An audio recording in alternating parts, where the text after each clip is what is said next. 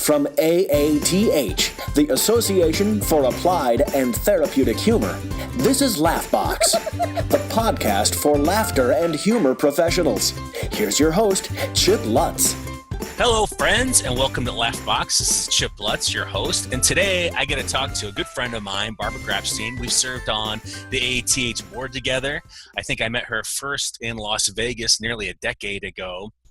And she is the founder and CEO of Healing Headbands. She's a global laughter ambassador, certified laughter leader, laughter yoga instructor, and the coolest thing, and not that that stuff's not cool, but I think one of the coolest things about Barbara is that she used to be a hair model. And I just like, whenever I see her, I think, hair model, man, she's got great hair. That is awesome. Because for me, I'm losing my hair, so I'm envious of anybody that could be a hair model. So welcome, Barbara, to Laughbox. Thank you so much. This is such an honor. So exciting. Oh, it's exciting for me. We've been missing each other, trying to connect, so it's just nice that we finally get an opportunity to talk. Now, for our listeners that haven't had the opportunity to meet you, if you could tell us a little bit about yourself and where you hail from. Well, you did say I'm from New York, born and raised, bred and buttered. That's what I always say. Mm-hmm. And I had a police escort to the hospital. My father was speeding. So I was told. I don't remember that too well. And anyway, so I used to be an actress. I did some off Broadway. I was a hair model. And then I did some journalism and this and that. My father had a nut business, so I tell people I came from a nut house. My father was the real Willy Wonka. So I'm definitely a nut house creature. Uh-huh. And so let's see. So what else? So I used to be an actress. I did some off Broadway, and I'm an all around nice person. Oh, you are a nice person. I will do what I can to make it. Thank you. You told me a couple of things that I didn't know. I didn't know that you had been an actress. That's pretty neat. Yeah. Nor did I know your father was in the nuts business. And that's one of my favorite lines from Willy Wonka in the Chocolate Factory. He says, "What business you install?" And he's like, "Nuts." So now when I think I'm going to think hair model, and I'm going to think nuts. That's it. The original Willy Wonka in the Chocolate Factory, not the remake with Johnny Depp. Not the one. No. Good, but with Gene Wilder. Yeah, you can't improve on that. I'm a firm believer you can live your life by that movie. You just, take different sections of it. It's like, yes, where is fancy bread? In the heart or in the head? Just so many great lines through the entire movie. My goodness. I've seen it. You were watching it last night? No, I've just seen it way too many times. With my kids, anytime something would happen, usually I would quote something from Willy Wonka. So I want this, I want that. And then I would give them the Grandpa Joe line, "Well, when a loaf of bread looks like a feast, we've got no business smoking tobacco." So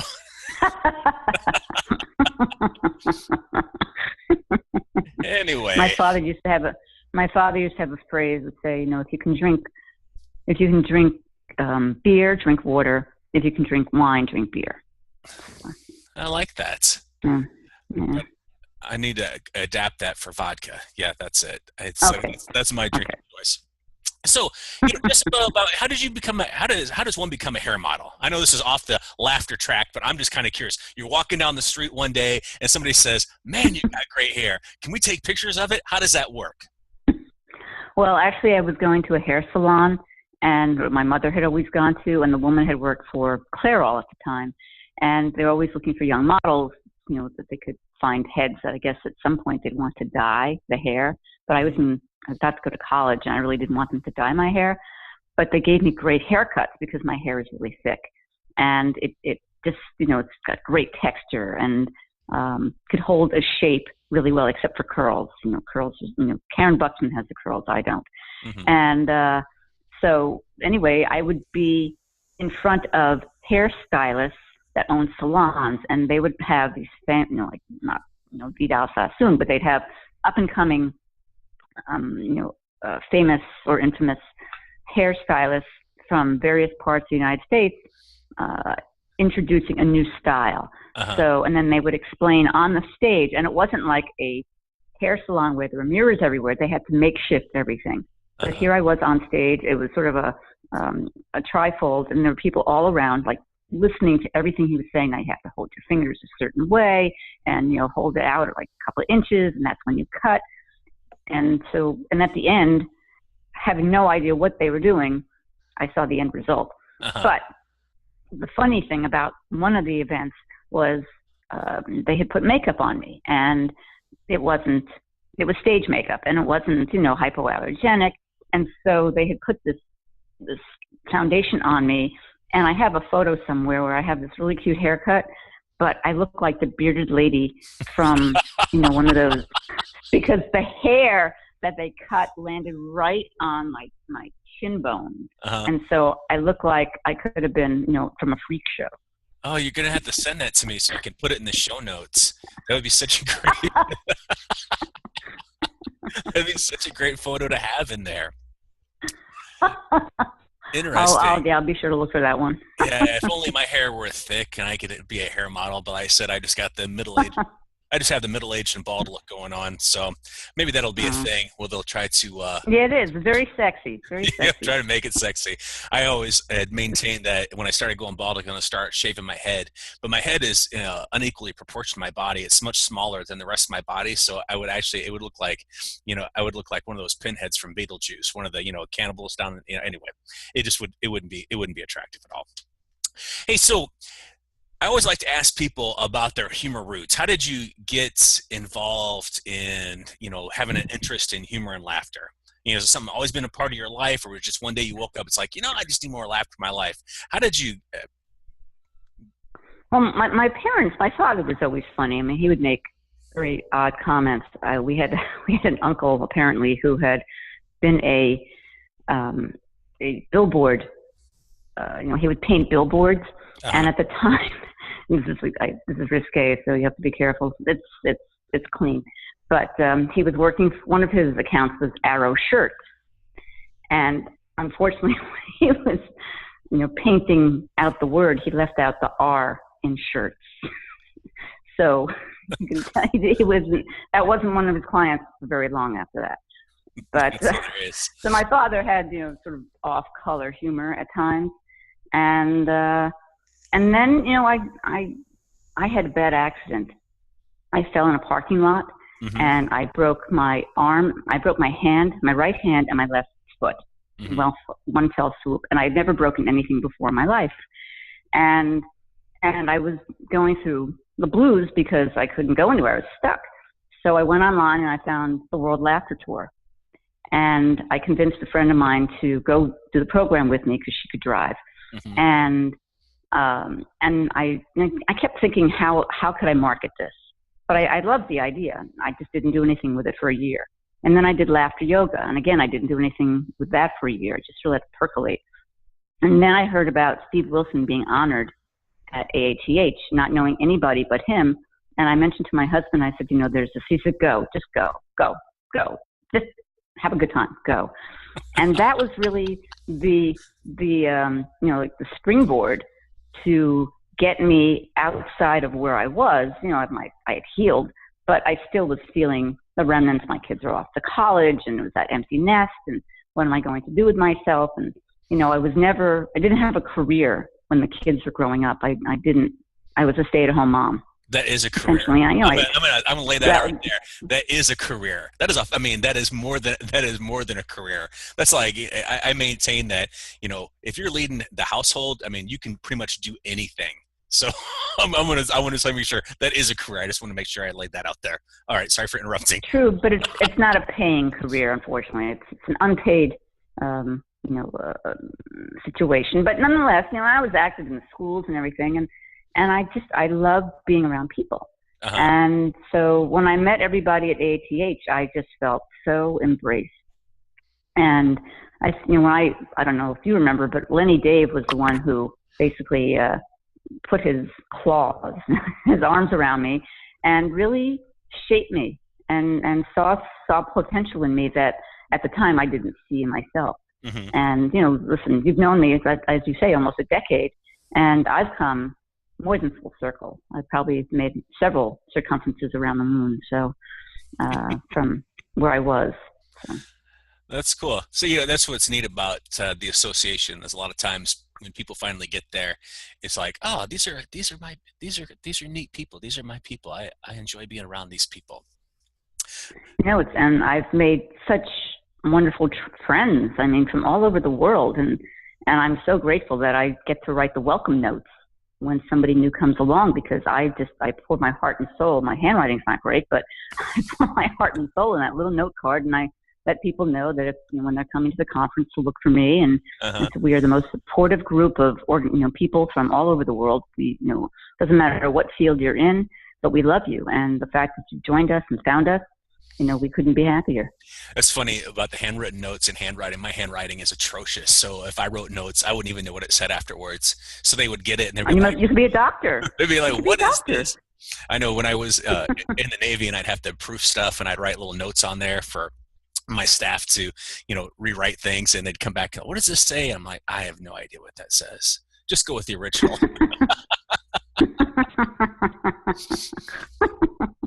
Now, so you did World Laughter Tour, you did, laughter yoga, and for me, I know that was one of those things that was I don't want to say kind of a game changer for me, that it really helped me bring a little more joy to my life, and then in essence be a facilitator of joy and bringing joy to other people's lives. Did you find the same?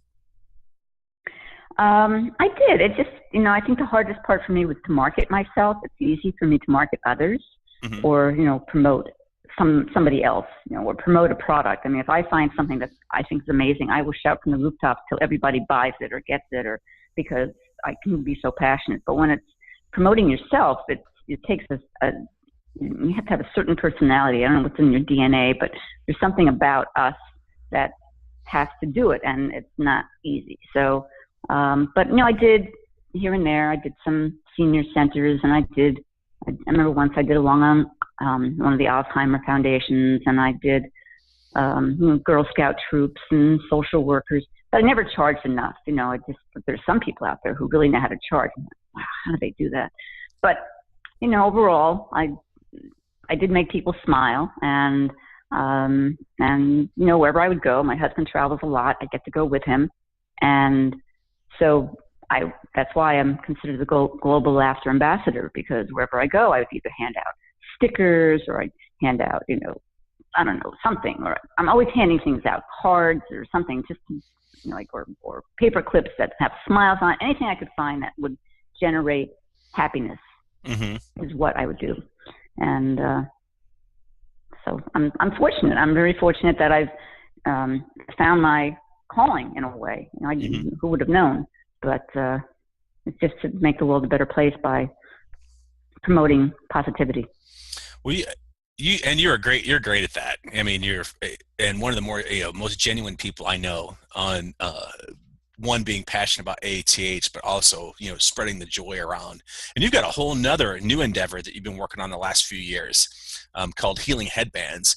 Can you tell me a little bit about what that's about? Sure. Thank you. Well, Healing Headbands is the Healing Headbands Project, Inc., or a nonprofit. And what we've done is we utilize laughter, laughter exercises, the improv style exercises that laughter leaders facilitate. And we do that enough for about 20 minutes, which is just enough to do the shift in the brain and the perception changes, as you know. And then everyone sits down, they paint. And we supply the canvas and the paints and everything. And what happens is everybody gets to paint their joy. They're in the moment. And what I do is I take their artwork back with me, and I get it processed. And everything gets printed on this magical fabric that feels like Tinkerbell. Tinkerbell could give you a hug. It's that soft, ultra soft and smushy feeling material that also has a very strong SPF, sun protected factor, of over 50 plus. So initially, I had been in Central America, and I saw headbands being sold in a marketplace, and I bought about 20 of them, and thinking I'd hand them out as souvenirs, but I kept most of them. I'm a hoarder, really. And I bought you something, but I just don't know where it's at. That's it. But I thought, there had to be something to be done with a different design other than what I grew up wearing because my hair used to be long, not Lady Godiva long, but long. And so the design opened up like a bandana, and I thought, the fabric wasn't right to help people who are bald. My husband is bald, so I don't know why I thought of him or anybody, but that was my point. And so I went online and looked at hats for children, or coverings for, people or anyone who's going through cancer, let's say. And I thought these hats were really hideous. So I decided to create a new form of headband, and just thought it would be nice to help, because I am a helper, that it could help different populations who are going through illness. And so, I have you met Joni, I have a co-founder who's a neighbor, and she's phenomenal with children, and, she's an interior designer and graphic artist. I mean, whatever I lack, that's her strength. And we've worked together, and, she's computer savvy, like I'm like, so she's like, she makes me look great. And so the two of us have created this program, which I'm thrilled, because we were in California in September. We're going to 3 hospitals in Florida just before the conference in Orlando. And we want to take our program global, because essentially our mission is that we help those with serious illness feel better using laughter, painting, and then the finished product is the artist's design printed onto this fabric. So it becomes their own personal headband, and then they can wear their happiness. That is really cool. Because a lot of times when you're going through something, it's easy to focus in on the negative and how bad things are. And it's kind of cool that you had this epiphany on and it all started with just like one initial thought. I mean, sometimes I think things are kind of like divinely inspired, where you've got something, but you don't know really what it is. And then it's like all of a sudden you have an idea. It's like, hey, I want to, this is pretty cool. I wonder if I can make this work. And it takes a lot of work to make something work. That must have been a lot of effort for you to try to put everything together and, get a finished product at the end.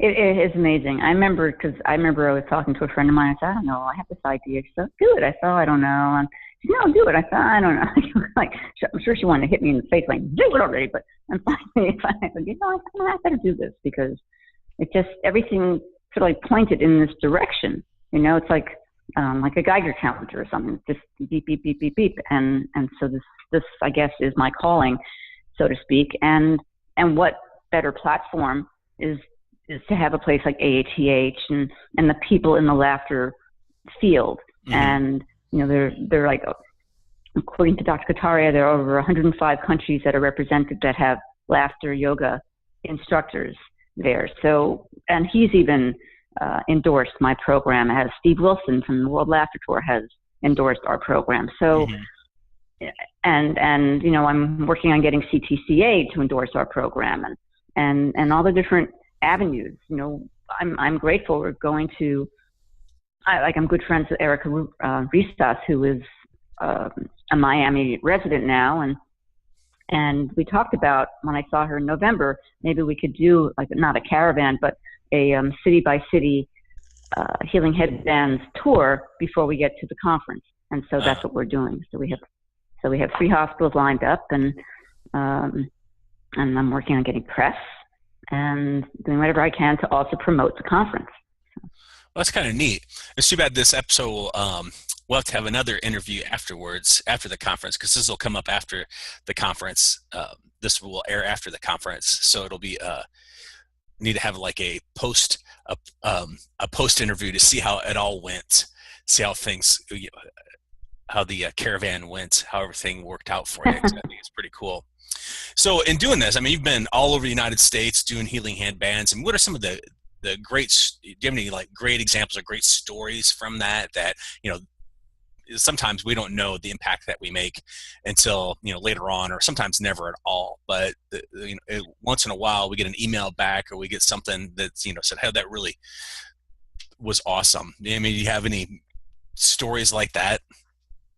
It was funny, we have this one story that was great. We went to a hospital on Long Island, where we're from, and wonderful, wonderful people who work there. And we did a program with, for children and adults. And this one little girl's name was Esmeralda. And that name just strikes me as something so special, because when my daughter was little, I used to say she had a tooth fairy, and she couldn't meet the tooth fairy because the tooth fairy queen's name was Esmeralda, and she wouldn't allow tooth fairies to meet with the children who she took care of. So here was this Esmeralda, and I thought, oh my God, Esmeralda, you're the queen! And she had no idea what the heck I was talking about. So anyway, we did this program with 5 or 6 people, and then we were able to go back to the hospital and hand this young child the headband that she had created. And in most cases, we're not allowed to do that, HIPAA laws, and usually we just send everything back to each artist. But this was an agreement. And so we went back, and we were able to get a 4-page spread in one of our local newspapers, which gave us lots of lot more programs to do, which was fabulous.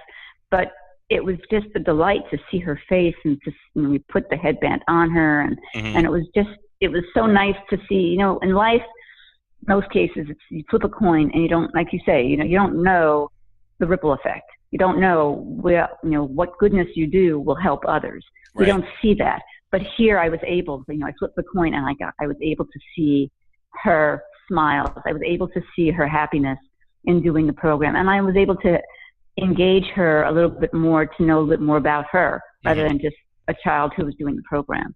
And then afterwards, I sent her a whole bunch of clown noses that she could hand out to people in the hospital. How cool is that? She was probably the most popular person around because she had free stuff.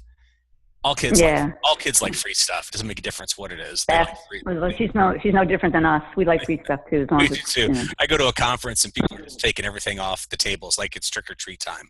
It's like, oh, exactly. I think I need 500 pencils. Yes, this is awesome. I know. I'm a pen stealer. I know. Oh, are you? I'll remember that next time we're in a meeting together. If I'm looking for my pen, I'll know that Barbara has it.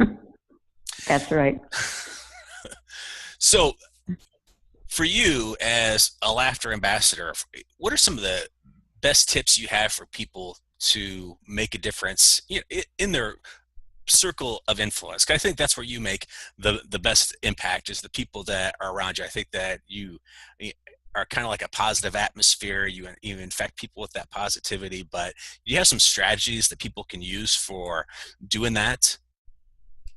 I'll tell you the easiest thing to do. I don't care what language you speak.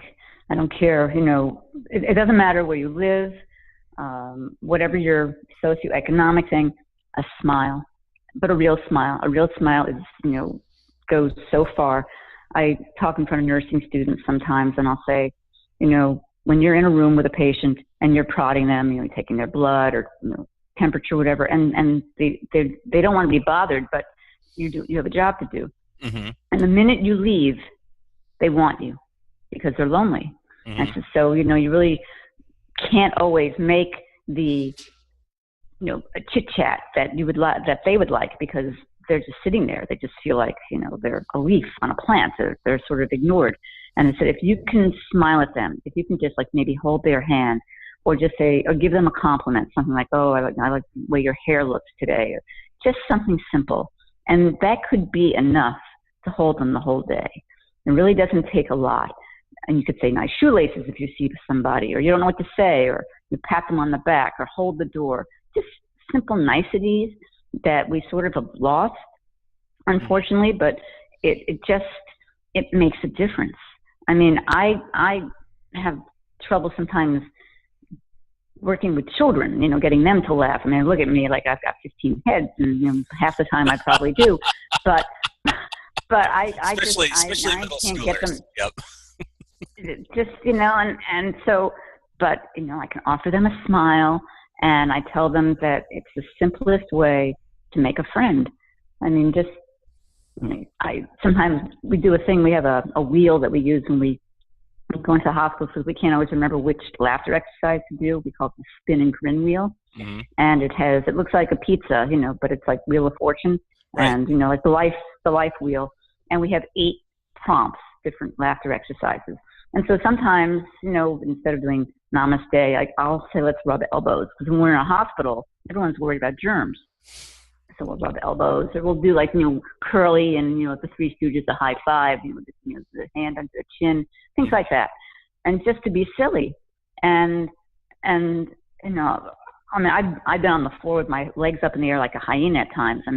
Just to get a rise out of kids, because the parents look at me like, oh, this lady's crazy. But I want a picture of that too. Okay, I'll put that on my list. Okay, bearded lady, feet up in the air. Okay. That's hilarious. I agree with you. We don't have enough silliness in the world. I think people need to be a little less serious and a little more silly, just because I think that it's a crazy, angry world as of late, and I think we need a little more smiles, a little more silliness. Yeah. So what's next? What's next step? What's my next step? Oh, I don't know. Well, every day we attempt to write to somebody famous, and we hand out a healing wristband, which is what we make from the headbands. And we sent one to Charlie Rose when he was going through healing from his heart attack, and we send them to various people who are going through situations. We may send them to ball players, but every day we try to send one to somebody famous, with hopes that they'll say, I've received this amazing thing, and wouldn't it be nice? But it's all good. The program is good. The people who it has touched love it. We are now e-commerce, so we've just put up maybe 10 different headbands, and some of them are AATH members. So you can go on our website, which is healingheadbands.com, and so we're beginning to sell that, and that's something we're always looking for sponsors. We've been fortunate in the past. We've had some really nice sponsors. There's a paint company called Dick Blick. They've donated paint to us, and naturally the Laughter Arts and Sciences Foundation has helped us, as well as different people, local organizations. And I spoke to somebody yesterday who's with Morgan Stanley. We're going to see if we can possibly do some walks. We just did a wonderful vision walk for an organization in our area, and that was nice. We did a program with one particular woman who was the chair of this vision organization, and it became their team headband. And so she had a team of about 11 people, and it was so cool because everyone was wearing it, so you could really tell us apart from everybody else. And we want to do corporate work and really get our name out there, because everyone needs to heal. The thing is, we come into this earth pure, but when we leave, we've been scarred in so many ways. It could be from illness, it could be from losing out on a job, situation, or bad marriage. I don't know. It could be anything. It can be anything. Tip. It's like root canal. Oh my God, I'm in pain. Well, even Alan Klein had, I think, root canal, and he put on his headband to over his face, but around, almost oval. So he said, "Oh, it helps my mouth." So we're thinking about creating a book on 101 ways to wear your healing headbands, unusual ways to wear your healing headband. It's fun. It really, but the fabric is so yummy, and that I look at it and I touch it. What a descriptor! So yummy. I like that. It's awesome. It's just you have to. If we have a chance during the conference, if we can find maybe a half hour, I can do 10 minutes of laughter, and then the rest you can do a quick thing, and we'll create a headband from it. But it's amazing, and just to get the word out there is paramount. But I saw Saran last night, and she thinks it's a wonderful program, and I'm grateful that I've met fabulous people through the organization, and they're all in their own way want to help promote it. Or when I've gone to advanced workshops at Steve Wilson's events, what he has in November, many of the laughter leaders will buy headbands and we'll sport them.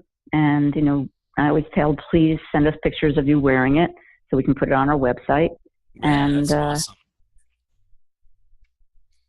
So it's fun. Yeah, listen. All I need is I need a few iconic people. Like, just get Chip Lutz to wear a headband.